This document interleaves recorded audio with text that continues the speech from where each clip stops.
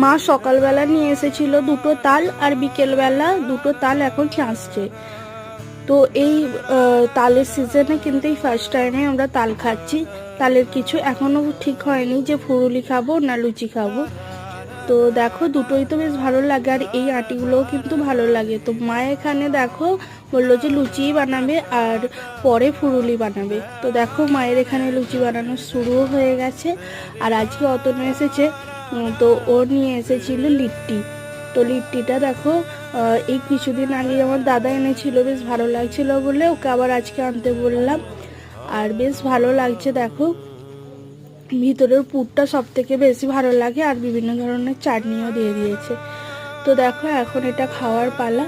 আর এটা পুরোটাই কিন্তু আটার তৈরি, ভিতরের পুরটা বিভিন্ন ধরনের বেসন জোয়ান সব দিয়ে তৈরি। আমি দেখেছি, আমারও খুব বানানোর ইচ্ছা আছে, দেখা যাক কবে করা হয়।